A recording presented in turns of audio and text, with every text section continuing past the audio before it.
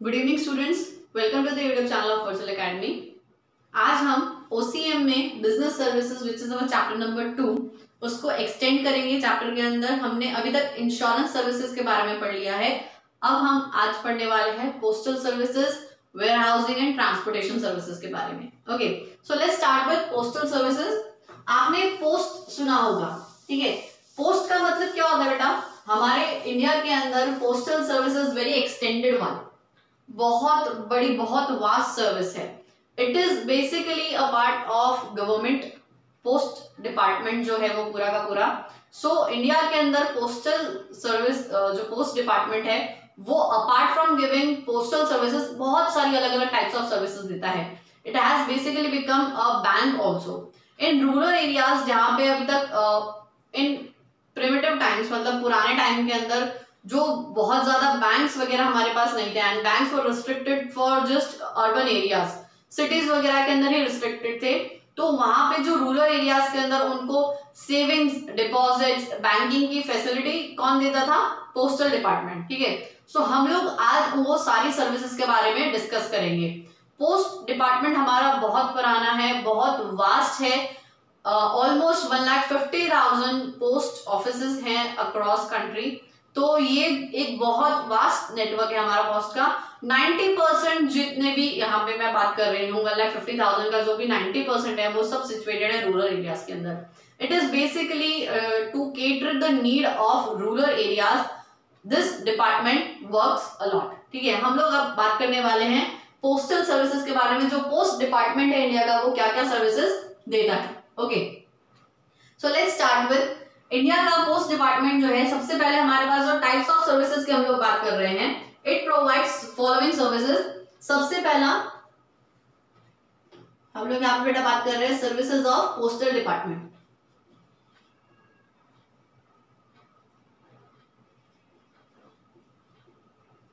First, general post और letters.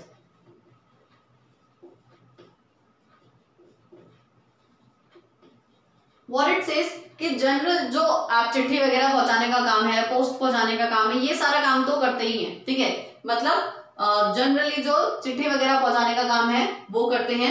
Second is registered post. Ma'am फर्क क्या है? पोस्ट मतलब जनरली जो आप समझते हो ना कि घर में चिट्ठी आई है तो वो क्या गेट के नीचे से खिसका के चले जाते हैं, सॉर्ट ऑफ, ठीक है। तो मतलब किसको मिला कि नहीं मिला, घर खुला या बंद है, दे डोंट नो, ठीक है। मतलब उनका काम है, जो पोस्टमैन उसका काम है चिट्ठी पहुंचाना उस एड्रेस के ऊपर, तो उसने वहां पे पोस्ट डाल दिया। किसने रिसीव किया कि नहीं, they don't know. While registered post थोड़ा एडवांस है। रजिस्टर्ड पोस्ट के अंदर आपको सामने वाले के हाथ में देना होता है, ठीक है। कोई रिसीवर होता है, उस पोस्ट को रिसीव करने वाला कोई होता है, और उस रिसीवर के आपको साइन लेने पड़ते हैं कि this post has been posted. जो लेटर है या जो पोस्ट है वो किसी के हाथ में पहुंच गया, कोई रिसीवर था उसको लेने वाला, ठीक है। और वो कौन था उसके भी साइन वहां पे लिए जाते हैं। This is sort of registered post. थोड़ा महंगा होता है ये in comparison to general post, ठीक है। सो अच्छा, वहां पे आपको क्या मैम फीस देनी पड़ती है? नहीं, आपने स्टैम्प वो सुना होगा, स्टैम्प टिकट होता है, टिकट लगाना पड़ता है। That ticket is revenue for the postal department. हम टिकट खरीदते हैं, फॉर एग्जांपल 1 रुपए का टिकट है, 2 रुपए का टिकट है, so this money goes to postal department, ठीक है। देन रजिस्टर्ड पोस्ट के बाद we have parcel services. Post department हमारा, पोस्टल डिपार्टमेंट पार्सल भी पहुंचाता है। पार्सल सर्विस, अगर मेरे को एक जगह से दूसरी जगह अगर कुछ पार्सल सामान गुड्स भेजने हैं तो it do that also. Then it says valuable post.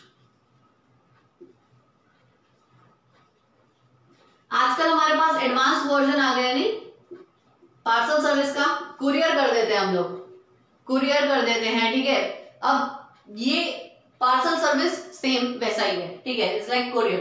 Then valuable post is something sort of, समझने के लिए हम लोग क्या एक एग्जांपल लेते हैं। जैसे अमेज़न के ऊपर आपने कुछ माल मंगवाया, कुछ भी गुड्स मंगवाए, and you chose the option of cash on delivery, ठीक है। मतलब आप पैसा अमेज़न को नहीं दे रहे हो, आपको पैसा किसको दे रहे हो? जो आपको माल पहुंचाना है, मतलब वो जो कुरियर बॉय ना उसके हाथ में आप कैश दे रहे हो, ठीक है। सॉर्ट ऑफ दैट कि जब आप पार्सल सर्विस का मतलब क्या है कि फॉर एग्जांपल एक सेलर है, और एक बायर है। बायर है फॉर एग्जांपल कर्नाटका में और सेलर है गुजरात का। ना फॉर एग्जांपल अब गुजरात से माल जा रहा है कर्नाटका में, तो बायर ने पहले पैसा भिजवा दिया होगा तब सेलर ने माल निकाला होगा, है ना। अगर ऐसा नहीं है, बायर ने क्या बोला, आप माल भिजवाओ और पैसा ले जाओ, तो अब उसके लिए क्या जो सूरत सॉरी फॉर एग्जांपल गुजरात का जो सेलर है, क्या वो खुद जाएगा कर्नाटका माल बेचने के लिए? नहीं, तो वो पोस्टल डिपार्टमेंट पे वैल्यूएबल पोस्ट चूज करते हैं। इसका मतलब क्या है कि पोस्ट का बंदा सामान लेके पहुंचेगा इसके पास और यहां से पैसा लेगा, इसको पार्सल देगा, गुड्स देगा और यहां से मनी लेगा और ये मनी लेके वापस सेलर को पहुंचा देगा। ऐसे like cash on delivery these days on Amazon Flipkart हम लोग जो देखते हैं, वैसा ही कि कुरियर बॉय को दे देते हैं और कुरियर बॉय वाले उनको पहुंचा देते हैं। The same sort value payable post, that option was available with the postal department also. Okay, next it says speed post. Speed post और पार्सल मतलब तुरंत जल्दी माल पहुंचे, उसके लिए आप स्पीडीली डिलीवरी चाहते हो तो आप स्पीड पोस्ट का ऑप्शन चुन सकते हो। कंपैरेटिव टू जनरल पोस्ट, यहाँ पे आपका पोस्ट जल्दी पहुंचेगा, ठीक है। और अगर उससे भी ज्यादा जल्दी चाहिए तो आप चूज कर सकते हो एक्सप्रेस पोस्ट। जो सबसे फास्टेस्ट रूट होगा पोस्ट या पार्सल पहुंचाने का, वो ऑप्शन चूज किया जाएगा in the case of express post. Obviously जितनी ज्यादा स्पीड, जितनी ज्यादा अर्जेंसी, उतना ज्यादा चार्जेस। एक्सप्रेस पोस्ट ज्यादा महंगा होगा कंपैरेटिव टू स्पीड पोस्ट, और स्पीड पोस्ट जनरल पोस्ट से ज्यादा महंगा होगा। Okay, then next is saving service. मैंने आपको पहले ही बताया कि हमारा जो बैंकिंग सर्विस है, जो बैंकिंग सेक्टर है, वो अभी भी रूरल एरियाज के अंदर बहुत अच्छे से परफॉर्म नहीं करता। बहुत रूरल एरियाज ऐसे हैं, हमारे कंट्री बहुत बड़ा है, उसके अंदर जो छोटे छोटे गांव वगैरह वहां पे अभी तक बैंक्स नहीं पहुंचे हैं, तो उनकी सर्विसेज, उनको बैंकिंग सर्विसेज देने के लिए हमारा पोस्टल डिपार्टमेंट काम करता है। और वहां पे पोस्ट ऑफिस के अंदर आपको अकाउंट खोलने की, जैसे बैंक में अकाउंट खुलते हैं वैसे ही अकाउंट खोलते हैं वहां पे, और आप अपना पैसा वहां पे जमा करा सकते हो। You keep your savings as deposit in that account with postal department, ठीक है। ये सर्विस भी प्रोवाइड करता है। Then it says recurring deposit. Recurring deposit का मतलब क्या होता है? दिस इज अ कंसेप्ट, ठीक है। ये सर्विस प्रोवाइड करता है कौन? हमारा पोस्टल डिपार्टमेंट, बैंक्स भी प्रोवाइड करते हैं। It is something like, recurring का मतलब होता है बार बार। रिकरिंग का हिंदी में मीनिंग होता है बार बार। सो इट सेज कि आपको ना फॉर एग्जांपल मेरे को सेविंग्स करना है, तो मैंने ना एक रिकरिंग डिपॉजिट खुला लिया, तो इसकी रिक्वायरमेंट क्या होती है कि आपको मिनिमम 500 रुपया या कुछ भी आप चूज करते हो, यू चूज बाय योरसेल्फ, कि मिनिमम 200 रुपया, 5 रुपया, 10 रुपया, whatever, how much money do you want to put it in that account। तो आप हर मंथ उतना पैसा जो आपने चूज किया है, for example 500 rupees, 50 rupees, 10 rupees, whatever the postal department allows, आप वो वहां पे हर महीने आपको रेकरिंगली डिपॉजिट कराना पड़ता है। At the end of 5 years आपको वो पैसा प्रिंसिपल विद इंटरेस्ट आपको मिलता है। So by that you have your savings. आपको वो पैसा कैसा मिलता है? वो जो जितना पैसा आपने जमा करा वो तो मिलेगा, उसके ऊपर आपको इंटरेस्ट भी मिलता है, ठीक है। This is a banking service provided by postal department. And next is fixed deposit. जैसे रिकरिंग डिपॉजिट है वैसे फिक्स्ड डिपॉजिट होता है। फिक्स्ड डिपॉजिट के अंदर आप एक ही बार, वन टाइम आप पैसा जमा करा देते हो, और एक फिक्स्ड टेन्योर के बाद, टेन्योर मतलब टाइम पीरियड के बाद आप वो पैसा निकलवा सकते हो। This is known as fixed deposit. Recurring का मतलब क्या होता है कि बार बार, ठीक है, बार बार आपको जमा कराना पड़ेगा एट अ सर्टेन पीरियड के, महीने के अंदर, 2 महीने में, आप जो जैसा चूज करो, जैसा सर्विस दे। Fixed deposit, again fixed deposit आप टाइम चूज करते हो, फॉर एग्जांपल 1 साल, 2 साल, 5 साल, कितने साल के लिए आप वो पैसा को फिक्स्ड वहां पे जमा कराना चाहते हो। जितना ज्यादा टाइम पीरियड उतना ज्यादा आपको इंटरेस्ट अच्छा वहां पे मिलेगा। Okay, this is the facility of fixed deposit with your postal department.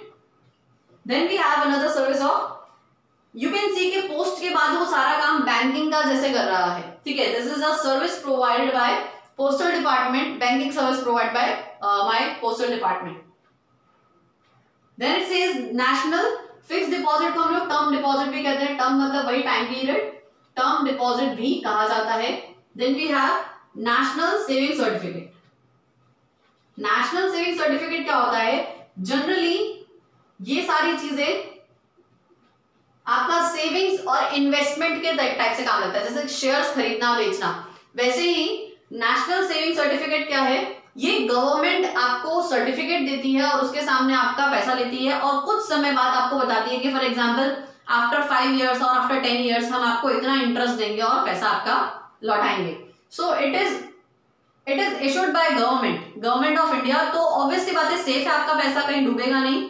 जो पैसा आप फॉर एग्जांपल बैंक वगैरह में रख रहे हो या फिर किसी कंपनी में लगा रहे हो, म्यूचुअल फंड्स में लगा रहे हो, तो हो सकता है क्या आपका पैसा वहां पे डूब जाए, लेकिन गवर्नमेंट ऑफ इंडिया है तो वहां पे सेफ्टी का फैक्टर ज्यादा रहता है और postal department is directly under the hand of government, so वहां पे आपका पैसा सेफ रहेगा।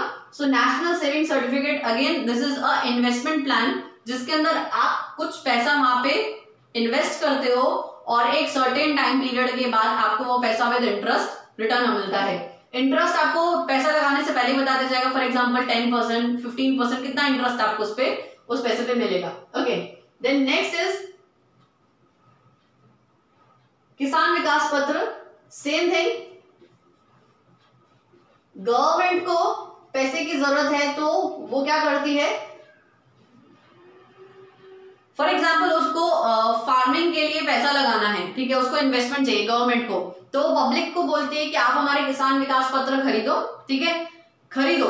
तो अगर मैं किसान विकास पत्र खरीद रही हूँ तो मैं गवर्नमेंट को क्या दे रही हूँ, पैसा दे रही हूँ, ठीक है। Same as national saving certificate, मैं गवर्नमेंट को पैसा दे रही हूँ और गवर्नमेंट 5 साल बाद 10 साल बाद पहले बता देते कि कितने साल बाद आपको वो पैसा कितने इंटरेस्ट के साथ रिटर्न मिलेगा। सेम इन्वेस्टमेंट प्लान्स है, ठीक है, सेफ एंड सिक्योर है, because from government of India has launch these plans, तो सेफ एंड सिक्योर है। Kisan Vikas Patra specially for to promote farming and this is national saving certificate. Then next is public provident fund, PPF. PPF के अंदर भी आपका ऐसा ही है कि आप अपने फ्यूचर के लिए कुछ पैसा बचाना चाहते हो, तो हो सकता है कि आप पीपीएफ के अंदर पैसा डालो। कोई भी इंसान पब्लिक प्रोविडेंट फंड के अंदर 15 साल तक उसको पैसा डालना पड़ता है, हर महीने हर साल आपको मिनिमम 500 रुपए डालने पड़ते हैं। अगर आपने पीपीएफ में अगर अपना अकाउंट खुलवाया है तो आपको 15 साल तक हर साल 500 रुपए डालने पड़ेंगे कम से कम, minimum up to 15 years. And after that अगर आप चाहो तो उसको हर 5 साल के लिए रिन्यू करा सकते हो, मतलब 15 इयर्स तक चलता रहा, बाद में आप और उसको 5 साल रिन्यू करा रहे हो, तो आप जो अमाउंट आपने डिसाइड किया, कम से कम 500 रुपीज, उससे ज्यादा आप डिसाइड कर सकते हो, तो वो आप पैसा जमा करा रहे हो टाइम पीरियड के लिए और उसके बाद आपको वो पैसा विद इंटरेस्ट रिटर्न मिलता है, ठीक है। Then after PPF we have postal insurance.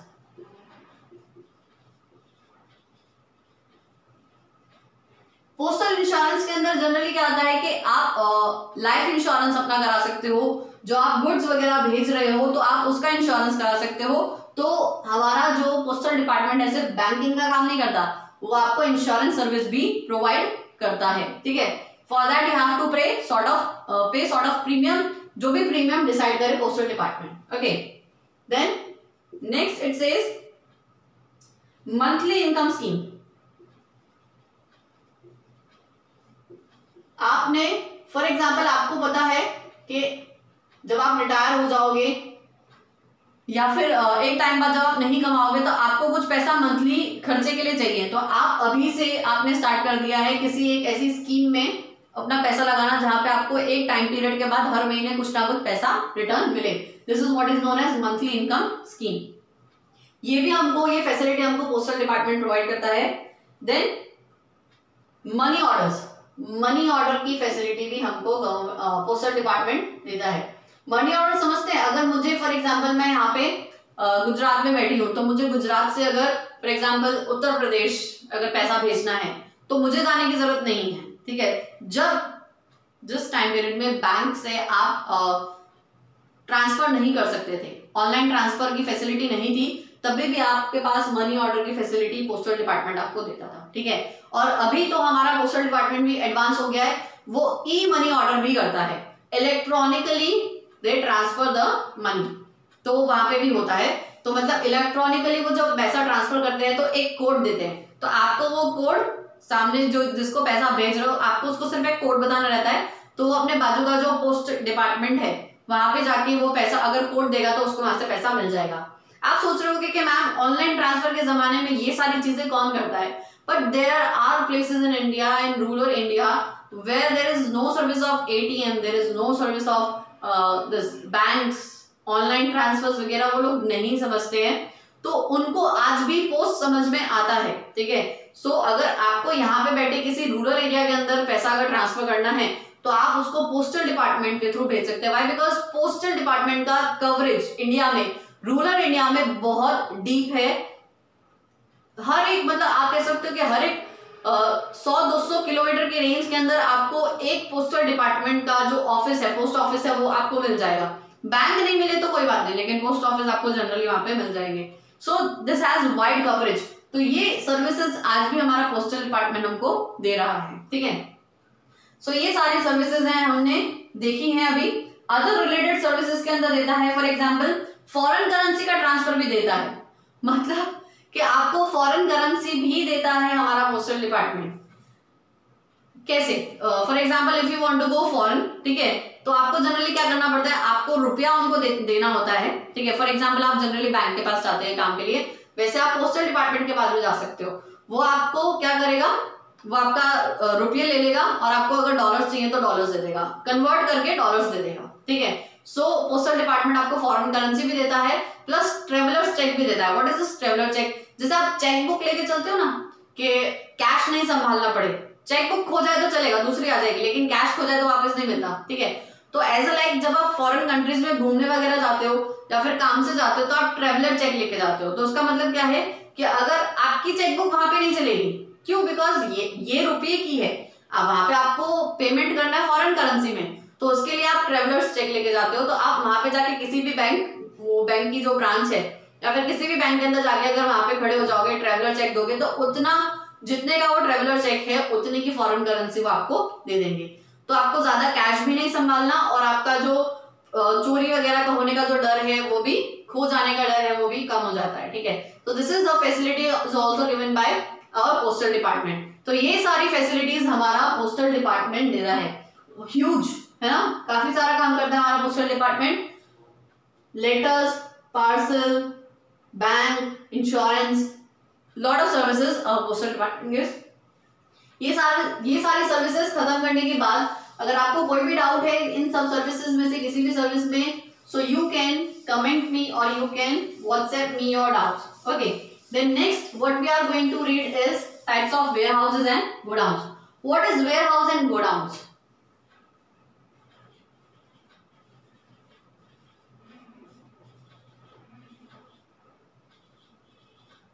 देखो बेटा, प्रोडक्शन होता है किसी भी फैक्ट्री के अंदर, तो प्रोडक्शन होते ही सेल नहीं हो जाती, आपको प्रोडक्शन करके उसको कहीं स्टोर करने की फैसिलिटी चाहिए, storage facility. This our warehouses and godowns provide, ठीक है। मतलब जो टाइम फैक्टर है ना, कि आपको अगर फॉर एग्जांपल ऑर्डर आया है कि आपको 500 टेबल्स, फॉर एग्जांपल आप फर्नीचर की आपकी शॉप है, आपको अचानक से ऑर्डर है कि आपको 500 टेबल देने हैं, तो 500 टेबल आप, हो सकता है आपके गोडाउन के अंदर पड़े, तो आप तुरंत निकाल दो, ठीक है। तो ये सारी चीजें, स्टोरेज की जो फैसिलिटी है किसी भी बिजनेस के लिए, वेयर हाउस की फैसिलिटी, प्रोडक्शन करने के बाद जो एक स्टोरेज चाहिए होता है, वो वेयर हाउस या गोडाउन्स प्रोवाइड करते हैं, ठीक है। This is a service provided bye my business auxiliary service है, ठीक है। देन हम लोग अब बात करते हैं कि टाइप्स ऑफ वेयर हाउसेस कितने हो सकते हैं। We are basically talking about types of warehouses और godowns.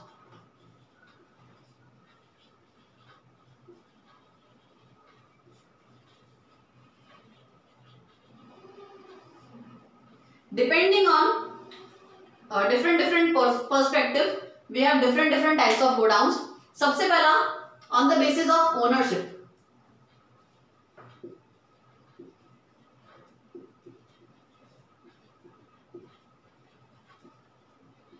We have two types of warehouse or godowns. It could be a public godown or private godown. What is difference between public godown and private godown? Public godown मतलब the godowns which are maintained by government, जो government godowns maintain करती है वो, और private godown मतलब जो private individuals जो warehouse या godowns maintain करते हैं वो। मतलब ownership किसका है, गवर्नमेंट का है तो पब्लिक गोडाउन, और अगर प्राइवेट इंडिविजुअल्स का है तो वो प्राइवेट गोडाउन, ठीक है। Next on the basis of ownership के बाद then we have on the basis of payment of custom duty.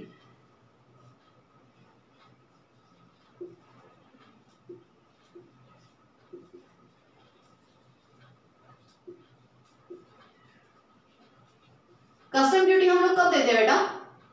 जब हम लोग इंपोर्ट करते हैं, व्हाइल वी आर इंपोर्टिंग और एक्सपोर्टिंग, तो हम लोग कस्टम ड्यूटी पे करते हैं। तो जनरली ये इंपोर्ट और एक्सपोर्ट एयरवेज से एयरपोर्ट के ऊपर भी होता है कस्टम हाउस, देन पोर्ट्स के ऊपर होता है। तो किसी फॉरेन कंट्री से जब आप गुड्स मंगवा रहे हैं, इंपोर्ट कर रहे हैं या फिर भिजवा रहे हैं, एक्सपोर्ट कर रहे हैं, तो उस केस के अंदर आपको कस्टम ड्यूटी देनी पड़ती है। तो वो जो गुड्स है उनके ऊपर आपको कस्टम ड्यूटी देनी पड़ती है, ठीक है, on imports and exports.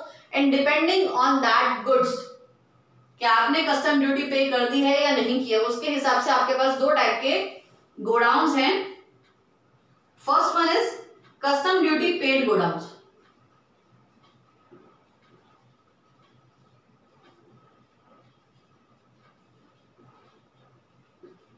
and another one is bonded godowns।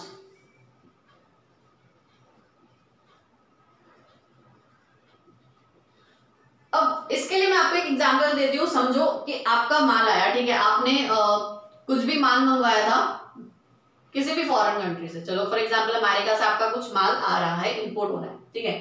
तो इंपोर्ट हुआ माल, तो आपको जैसे आपने इंपोर्ट किया, तो ऐसा नहीं कि इंपोर्ट होते ही मैं उसको रिसीव कराऊंगी, उसके लिए मेरे को काफी सारा प्रोसीजर फॉलो करना है। इंपोर्ट ड्यूटी पे करनी होती है, मेरे को क्लियरेंस सर्टिफिकेट लेना होता है कि जो माल आया है वो सही आया है, उसके अंदर कुछ इलीगल नहीं आया है। तो वो सारी चीजें मेरे को, जो पोर्ट के ऊपर जनरली हम लोग सी वेज के थ्रू, हमारा इंपोर्ट एक्सपोर्ट गुड्स का इंपोर्ट एक्सपोर्ट सी वेज के थ्रू होता है, तो पोर्ट के ऊपर हम लोग custom duty paid godown, Airways से भी हो सकता है, वहां पे भी कस्टम ड्यूटी पेड गोडाउन और बॉन्डेड गोडाउन होते हैं, दोनों का कंसेप्ट सेम ही है। तो वहां पे वो गुड्स जिनके ऊपर कस्टम ड्यूटी वगैरह पे कर दी गई है, लेकिन अभी तक जो ओनर है उन गुड्स का, जिसने माल मंगवाया है, वो अभी तक उनको लेके नहीं गया है। दे टेक टाइम ना, हमारे पास सब कुछ रेडी थोड़ी होता है कि माल आओ तुरंत उठा लिया। हो सकता है एक दो दिन के लिए अगर हमको गुड्स रखना पड़े तो कहाँ रखेंगे? अगर कस्टम ड्यूटी पे हो चुकी है तो उनको अलग गोडाउन में रखा जाता है, that is custom duty paid godown, ठीक है। लेकिन वो गुड्स जिनके ऊपर अभी तक कस्टम ड्यूटी पे नहीं हुई है, उनको अलग गोडाउन पे रखा जाता है, दैट इज बॉन्डेड गोडाउन, ठीक है। इनको रखा जाता है सील पैक करके, वाई? बिकॉज इनके ऊपर अभी तक ड्यूटी पे नहीं हुई है। जनरली ये बहुत अच्छा काम करते हैं री एक्सपोर्टिंग के पर्पज से। री एक्सपोर्टिंग का मतलब क्या होता है? आपने अमेरिका से माल मंगवाया, अब आपको उसको नेपाल एक्सपोर्ट करना है, importing from a foreign country and re exporting it to another foreign country. तो उसके अंदर आपको माल को वापस से पोर्ट के ऊपर ही लेके आना है, तो उसके लिए आप वो माल जो गुड्स है आप उसको बॉन्डेड गोडाउन के अंदर रखवा सकते हैं। उस पर आपको कस्टम ड्यूटी पे करने की भी जरूरत नहीं है, आप उसको बॉन्डेड गोडाउन में रखवा सकते हैं। वाई? बिकॉज जो माल आया है उसको जाना ही है फाइनली, तो आप उसको वहां पे भी रखवा सकते हैं। This is the purpose of bonded godown on the basis of payment of custom duty. Custom duty दे दी गई है तो अलग गोडाउन, नहीं दी गई है तो अलग गोडाउन, ठीक है। So next coming up, then usefulness perspective. On the basis of usefulness,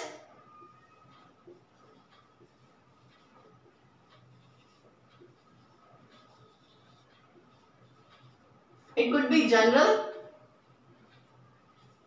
और स्पेशल और स्पेसिफिक, कुछ भी बोल सकते हैं आप। जनरल गोडाउन्स और स्पेशल और स्पेसिफिक।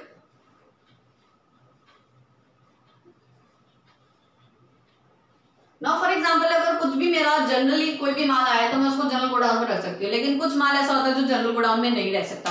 तो फॉर एग्जाम्पल के कुछ चीजें ऐसी हैं जो जिनको आपको रेफ्रिजरेट करके रखना पड़ता है, तो आपको फुल्ली रेफ्रिजरेटेड डीप फ्रीजर वाले जो गोडाउन होते हैं वहां पे वो स्पेशल गोडाउन होते हैं, ठीक है। वहां पे आप जैसे कि फ्रूट्स है, वेजिटेबल्स है, आपको वहां पे रखना पड़ता है। Now for example CNG gas है, ये सारे अगर उनके गोडाउन है तो वो स्पेशल अलग टाइप के गोडाउन होते हैं, ठीक है। गैस है, पेट्रोलियम है, उनके लिए अलग ही टाइप के गोडाउन होते हैं। वाई? बिकॉज आपको उनकी बहुत अलग से स्पेशल केयर करनी होती है और आप वहां पे कोई और दूसरी चीज नहीं रख सकते। एक्सप्लोजिव्स है, जैसे न्यूक्लियर मटेरियल है, ये सारी चीजें आपको एक अलग स्पेसिफिक गोडाउन के अंदर रखनी पड़ती है, जिनके लिए वो उन्हीं के लिए स्पेसिफिकली उन्हीं पर्पस के लिए बने होते हैं, ठीक है। सो जनरल गोडाउन सारे गुड्स के लिए, स्पेसिफिक गोडाउन उनकी स्पेशल जो गुड्स होते हैं उनके लिए स्पेसिफिकली डिजाइन करे होते हैं, उनको कैरी करने के लिए, उनको वहां पे स्टोर करने के लिए. So this is the difference between these are my types of warehouses or godowns on the basis of their ownership, payment of custom duty and usefulness. We have differentiated. If you have any doubt, you can contact me on WhatsApp or you can comment me. Okay, then moving towards next is we have transportation. Business service complete नहीं होगा transportation के बिना. आपने production तो कर लिया, लेकिन अब आपको वो माल पहुंचाना है to the in the hands of customers. जो फाइनल यूजर्स हैं उनके हाथ में भी तो आपको माल पहुंचाना है. That could be done with the help of transportation. ठीक है. सो अब ट्रांसपोर्टेशन हमारे पास फिर से दो टाइप का है. एक पीपल का transportation and we have transportation for goods. आप माल सामान का ट्रांसपोर्टेशन भी कर सकते हो और आप लोगों का भी ट्रांसपोर्टेशन करते हो. ठीक है. So depending on we have few different types of transportation. It's like what, देखो ट्रांसपोर्टेशन मेरे पास कितने टाइप का है.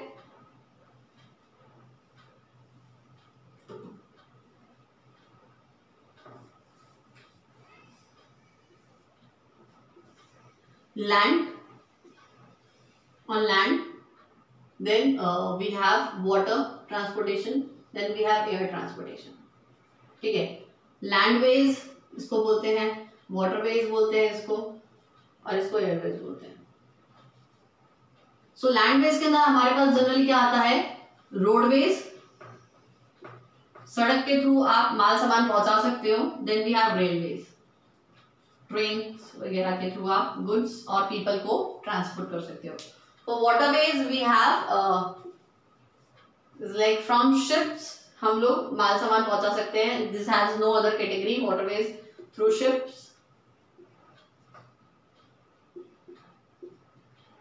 through water आप कह सकते हो. waterways, वाटर रूट के थ्रू आप गुड्स और पीपल का ट्रांसपोर्टेशन कर सकते हैं. एयरवेज मतलब एरोप्लेन के अंदर, through aeroplane you can transport people and this material goods. Okay, this is how you transport things. We have three bifurcation for transportation. आप इनमें से कोई भी रूट ले सकते हो for transportation depending on your urgency. अगर कोई बहुत ही अर्जेंट मटेरियल है जिसको पहुंचाना है तो एयरवेज ले सकते हैं. जो भी बेस्ट वे है. Waterways is convenient and it takes time, safely reaches. और यहाँ पे आप बल्क में अगर आपको माल मंगवाना है तो वो आप एयरवेज के थ्रू नहीं मंगा सकते, वाटरवेज के थ्रू ही मंगा सकते हो. And comparatively it's cheaper than airways. Waterways is cheaper than airways. And then landways मतलब सड़क के थ्रू या फिर रेल के थ्रू, इट डिपेंड्स. सो ये आपके पास ट्रांसपोर्टेशन का ऑप्शंस अवेलेबल है. ये टाइप्स ऑफ ट्रांसपोर्टेशन है हमारे पास जो अवेलेबल है टू प्रमोट एनी बिजनेस.